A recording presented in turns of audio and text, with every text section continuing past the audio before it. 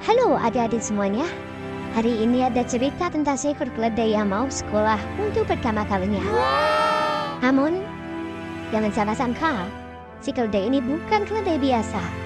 Tapi keledai ini adalah keledai yang sangat lucu dan sangat bersemangat. Yuk, kita lihat bagaimana ceritanya. Lihat dulu, keledaiku sudah siap sekolah.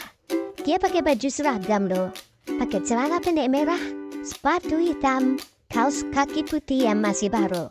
Lucu sekali ya. Heits, tunggu. Si keledai bingung ini.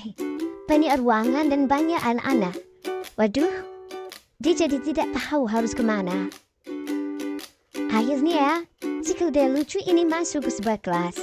Namun ternyata itu adalah kelas menggambar. Dan semua anak sedang serius menggambar bunga.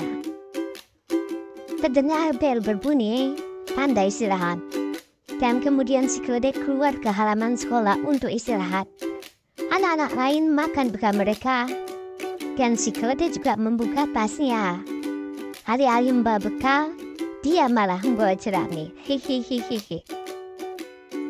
Setelah jam istirahat selesai, keledai kemudian masuk ke dalam kelas dan jadwalnya adalah kelas matematika.